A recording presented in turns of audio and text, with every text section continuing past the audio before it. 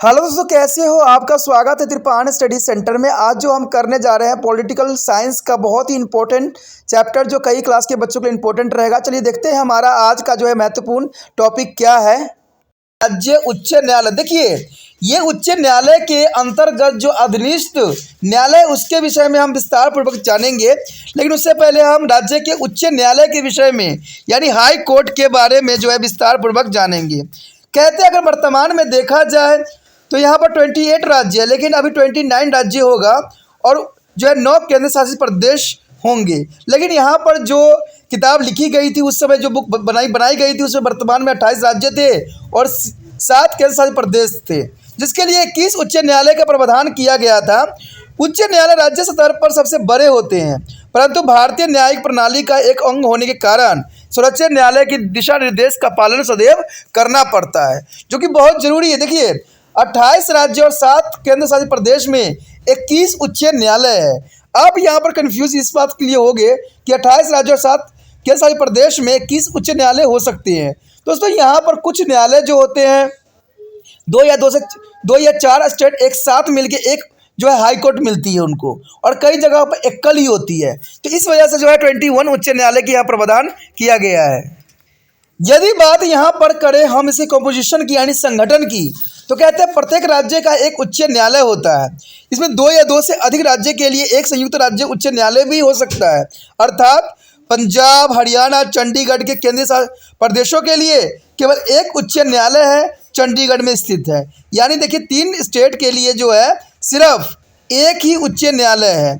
इसी प्रकार गुवाहाटी में स्थित उच्च न्यायालय 7 उत्तरी पूर्वी राज्य जैसे असम, नागालैंड, मणिपुर, मेघालय, मिजोरम, त्रिपुरा, अरुणाचल प्रदेश के लिए है। यानी एक ही जो है उच्च न्यायालय ये जो है सारे के लिए है। जैसे कि आपको पता है 7 राज्यों के लिए है एक ही उच्च न्यायालय। इधर पे दिल्ली एक राज्य नहीं है, परंतु इसका एक अलग उच्च न्यायालय है। देखिए, दिल्ली आज तक अभी राज्य नहीं बना है, सिर्फ ये यूटी में गिनती होती है। प्रत्येक उच्च न्यायालय में एक मुख्य न्यायाधीश और अन्य न्यायाधीश होते हैं। न्यायाधीशों की संख्या अलग अलग राज्य में भिन्न भिन्न हो सकती है।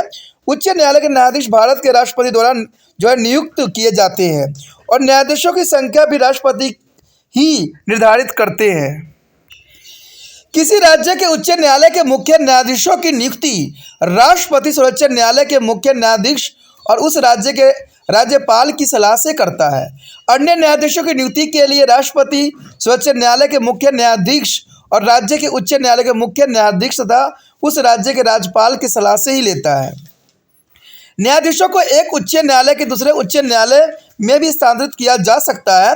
स्थानांतरण में भी राष्ट्रपति को उच्च न्यायालय के मुख्य न्यायाधीश से सलाह लेनी ही होती है।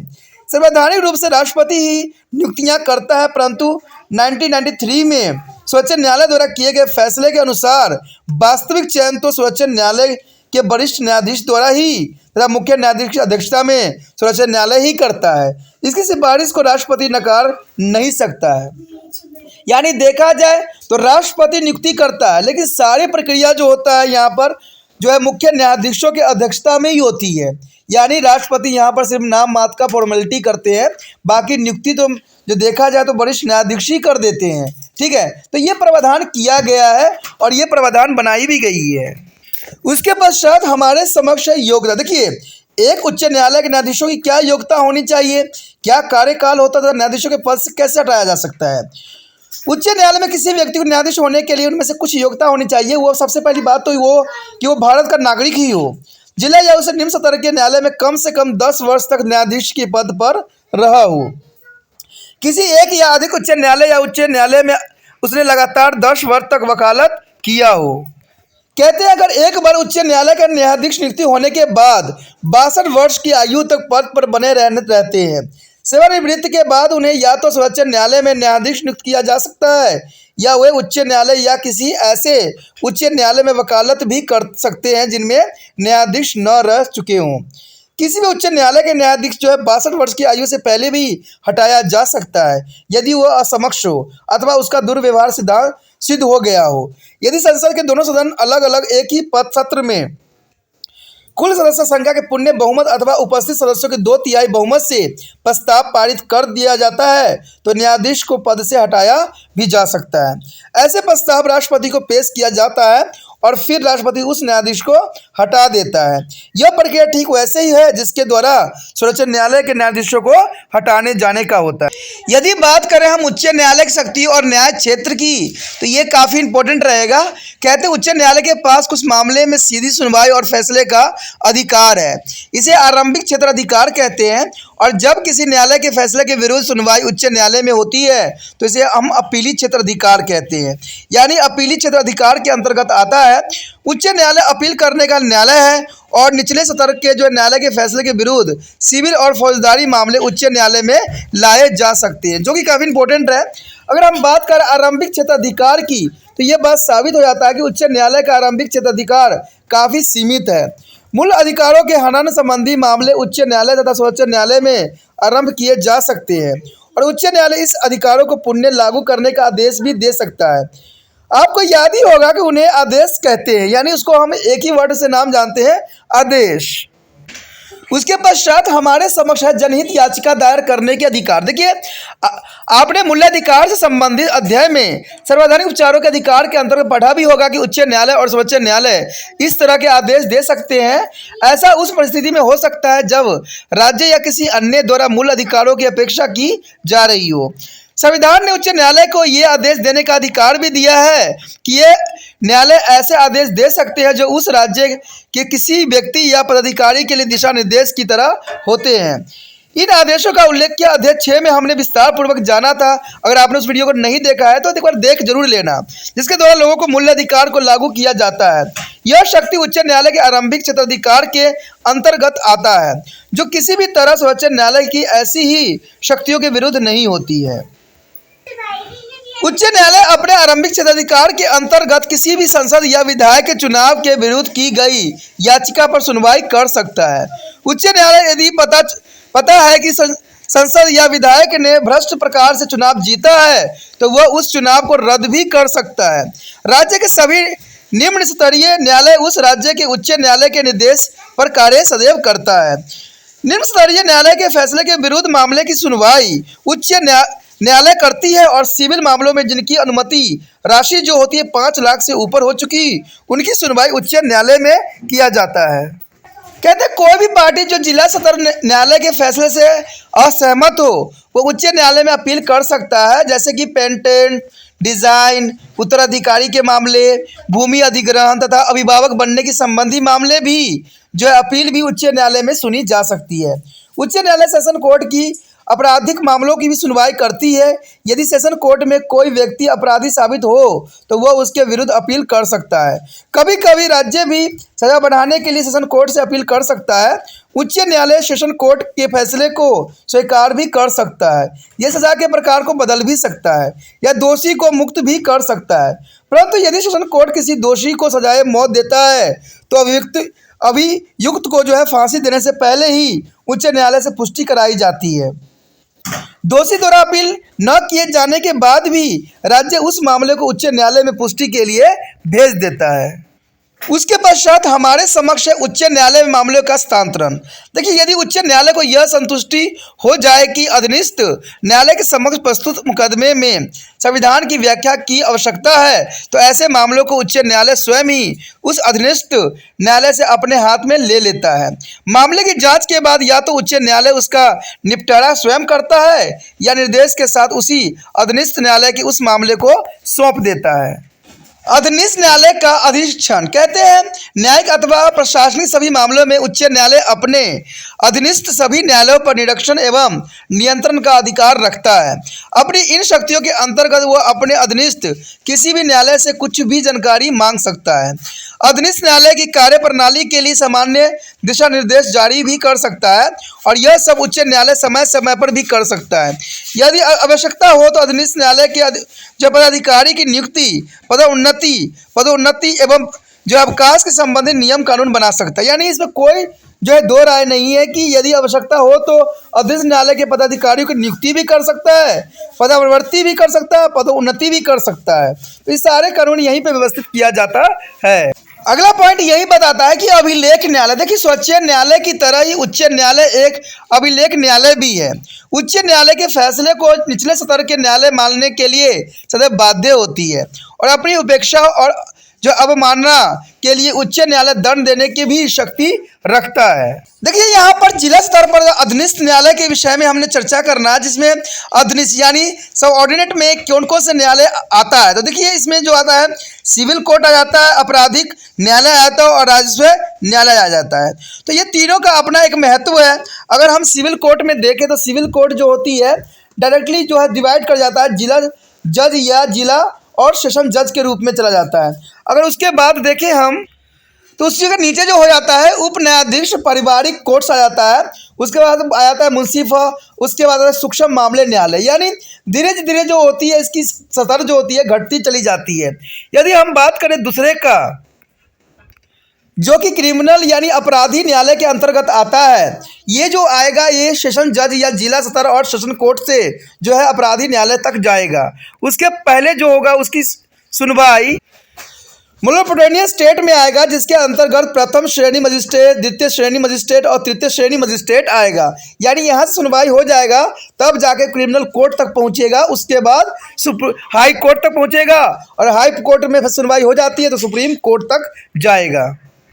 यदि तीसरी की बात करें जिसमें राजस्व न्यायालय है, तो राजस्व न्यायालय तक पहुंचने के लिए उसे राजस्व बोर्ड पर पहले जाना पड़ेगा और उससे पहले आयुक्त कलेक्टर के पास जाएगा और उससे पहले तहसीलदार के पास जाएगा और उससे पहले नवाब तहसीलदार के पास जाएगा, तब जाके राजस्व न्यायालय तक जाएगा। यानी नवाब तहसीलदार, उसके बाद तहसीलदार, उसके बाद आयुक्त कलेक्टर, उसके बाद राजस्व बोर्ड और उसके बाद राजस्व न्यायालय के अधीन जाएगा। तो ये सारे जो होते हैं अपने अपने प्रोसेसिंग होने के पश्चात ही राजस्व न्यायालय तक पहुंचती है। यानी कोई भी चीज़ होती है उसको पहले छोटे लेवल पर देखा जाता है और तब जाके जो है उच्च लेवल पे ये पहुंचती है। भारत के प्रत्येक जिले में विभिन्न प्रकार के अधीनस्थ या निम्न स्तरीय न्यायालय के प्रावधान किया गया है। आप देखोगे तो हर एक गांव, हर एक क्षेत्र में आपको न्यायालय का जो है कोई ना कोई प्रावधान जरूर मिल जाएगा। ये सिविल कोर्ट, फौजदारी कोर्ट या राजस्व कोर्ट है। इसमें क्रमशः सिविल, अपराधियों एवं राजस्व संबंधी मामलों में सुनवाई किया जाता है। कहते हैं सिविल मामलों में वे मामले हैं जिन्हें दो या दो से अधिक व्यक्तियों में जायदाद के लेकर झगड़े हो जाते हैं और किसी समझौता का उल्लंघन, तलाक या मकान मालिक किराएदार के झगड़े का भी सिविल कोर्ट में ही निपटारा किया जाता है। इसमें किसी प्रकार की सज़ा नहीं दी जाती है क्योंकि कानून का कोई उल्लंघन इन मामलों में नहीं किया जाता है। इसलिए कोई जो है कानून जो है इसको सज़ा नहीं दी जा सकती है, कुछ जो है इसको रियायतें दी जाती है। अपराधी मामलों में अगर देखा जाए तो कानून के उल्लंघन से संबंधित होते हैं। इसमें चोरी, डकैती, बलात्कार, जेब कतरा, ठीक है, और शारीरिक आघात और हत्या आदि शामिल होते हैं। ये मामले राज्य की तरफ से पुलिस द्वारा अभियुक्त के खिलाफ निचली अदालतों में दायर किए जाते हैं और इस प्रकार के मामलों में यदि अभियुक्त दोषी पाया जाता है तो उसे दंड के रूप में हर्जाना, जेल या मौत की सज़ा भी हो सकती है। उसके पश्चात निचला जो था हमारे लिए राजस्व मामले, इसमें जो होता है कृषि, भूमि और राजस्व संबंधी मामले हैं। दोस्तों यहाँ पर जो हम तीनों बातों का जो है हमने चर्चा किया है। सिविल मामलों में कौन कौन से चीज़ों का वो होता है दायर, आपराधिक मामले में कौन कौन सी चीज़ों को लिया जाता है और राजस्व मामले में कौन कौन से चीज़ों को लिया जाता है। तो इसको आप नोट्स के रूप में बना के जो है अच्छे से अच्छे याद कर सकते हो। उसके पश्चात हमारे समक्ष आता है न्यायाधीशों की नियुक्ति और योग्यता। देखिए अधीनस्थ न्यायालय के न्यायाधीशों की नियुक्ति उस राज्य का राज्यपाल उस राज्य के उच्च न्यायालय के मुख्य न्यायाधीश की सलाह पर करता है। आजकल अधिकांश राज्य में न्यायिक अधिकारियों का चयन राज्य लोक सेवा आयोग द्वारा आयोजित प्रतियोगिता परीक्षा के माध्यम से हो रहा है। उन्हें राज्यपाल द्वारा अंतिम रूप से नियुक्त किया जाता है। कोई भी व्यक्ति जो कम से कम 7 वर्ष से वकालत कर रहा हो, राज्य अथवा केंद्र सरकार में कार्यरत हो, वह जिला न्यायालय का न्यायाधीश बनने का पात्र होता है, बशर्ते कि वांछनीय न्यायिक योग्यता रखता हो। कहते हैं अगर हम अगला बात देखें जो है कि सिविल कोर्ट है, तो सिविल कोर्ट के अंतर्गत यही बात देखा जाता है कि दीवानी मामलों की सुनवाई के लिए जिला जज न्यायालय किसी जिले का सर्वोच्च जो है सिविल न्यायालय होता है। इसे हम बहुधा सेशन या जज जिला न्यायालय के नाम से भी जानते हैं। जब यह जिला स्तर पर दीवानी और अपराधी मामले की सुनवाई करता है तो इस न्यायालय के न्यायाधीश राज्य के राज्यपाल द्वारा नियुक्त किए जाते हैं। जिला जज न्यायालय के नीचे अन्य जो है न्यायाधीशों के एक से एक या अधिक न्यायालय भी हो सकते हैं।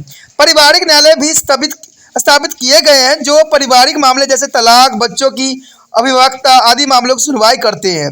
उनके जो है नीचे मुंसिफ न्यायालय तथा सूक्ष्म मामले की कोर्ट स्थापित किए गए हैं जिसमें कम राशि में संबंधी मामलों की सुनवाई होती है।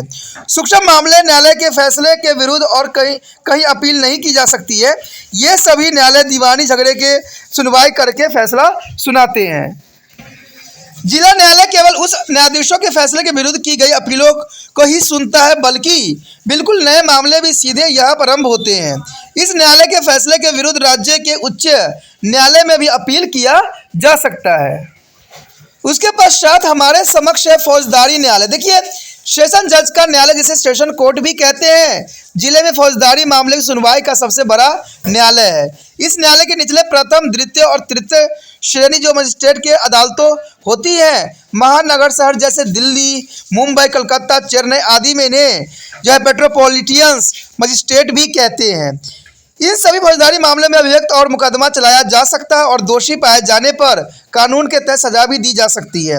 अपराधी न्यायालय में कानून के उल्लंघन संबंधी मामले की सुनवाई होती है जिसमें चोरी, डकैती, बलात्कार, जेब कतरा, शरीर आघात और हत्या आदि शामिल होते हैं। इन मामलों में दोषी को सजा भी दी जा सकती है, जुर्माना भी, जेल भी या मृत्यु दंड भी। सामान्यतः प्रत्येक अभियुक्त की पुलिस द्वारा मजिस्ट्रेट के समक्ष पेश किया जाता है, यानी 24 घंटे के अंदर जो है मजिस्ट्रेट के सामने पेश करने का प्रावधान किया गया है। मजिस्ट्रेट छोटे मोटे मामले का तुरंत निपटारा कर सकता है, परंतु यदि मजिस्ट्रेट मामले को गंभीर समझता है तो अभियुक्त को सेशन कोर्ट में मुकदमा चलाता है। जैसे कि पहले बताया जा चुका है कि किसी भी अपराधी को सेशन कोर्ट द्वारा मृत्युदंड दिया गया है तो केवल उच्च न्यायालय द्वारा सजा की पुष्टि के बाद ही उसे मृत्युदंड दिया जा सकता है, जो कि बहुत बड़ी प्रावधान है। उसके पश्चात आता है राष्ट्रीय न्यायालय। देखिए, राष्ट्रीय न्यायालय राज्य में भूमि राष्ट्र संबंधी मामलों को देखता है। राज्य में सबसे बड़ा उच्च राष्ट्रीय न्यायालय राष्ट्रीय बोर्ड ही होता है। इसके अंतर्गत आयुक्त न्यायालय, कलेक्टर, तहसीलदार और सहायता तहसीलदार होते हैं। राष्ट्रीय बोर्ड उन सभी मामलों की सुनवाई करती है जिन्हें निचली अदालत के फैसले के विरुद्ध अपील की जाती है, यानी यहाँ पर हर एक मुकदमा सुनी जाती है। भू राजस्व का अर्थ यही होता है कि यह एक प्रकार का कर है जो सरकार किसानों से कृषि योग्य भूमि पर लगाती है। कहते हैं यहाँ पर हमने जो है जिला स्तर से लेके जो है निम्न स्तर के हर एक उच्च न्यायालय के विषय में चर्चा किया है, जो कि बहुत काफ़ी इंपॉर्टेंट है और सबका हमने कार्य प्रणाली के विषय में भी विस्तार पूर्वक जाना और समझने की कोशिश किया। तो इसी के साथ हमारा ये चैप्टर खत्म हो जाता है। अगला चैप्टर अत्यंत महत्वपूर्ण है, तो अगला चैप्टर देखना मत भूलना, ठीक है। अगर आपको अच्छा लगा तो लाइक से सब्सक्राइब जरूर करना। इसमें से जो है 2 बातें इंपॉर्टेंट रहता है कि जितना हो सके इस वीडियो को दूसरे बच्चे तक पहुंचाने का भी उद्देश्य होना चाहिए आपके मन में, ठीक है। तभी आप त्रिपान स्टडी सेंटर का हेल्प कर सकते हो, ठीक है। दूसरी बात ये रहता है कि अगर आप पहली बार वीडियो देख रहे थे तो आपको जो है चैनल सब्सक्राइब करना अत्यंत महत्वपूर्ण रहता है, क्योंकि अगर आप दूसरी बार टॉपिक रिसर्च करोगे तो आपको त्रिपान स्टडी सेंटर द्वारा बनाया गया वीडियो प्राप्त नहीं होगा, उसके जगह पर कोई और वीडियो प्राप्त होगा जो पहले से ही यूट्यूब पे मौजूद होगा। तो इसलिए आपको जो है चैनल सब्सक्राइब करके रखना चाहिए। चैनल सब्सक्राइब करने से क्या होता है कि आपको जो है हम त्रिपान स्टडी सेंटर का जो है होम पेज मिल जाता है, जहाँ पर आपको वीडियो का सभी ऑप्शन मिल जाता है। तो आप अपने टॉपिक वाइज उस वीडियो को देख सकते हो, समझ सकते हो या मोबाइल में सेव भी कर सकते हो।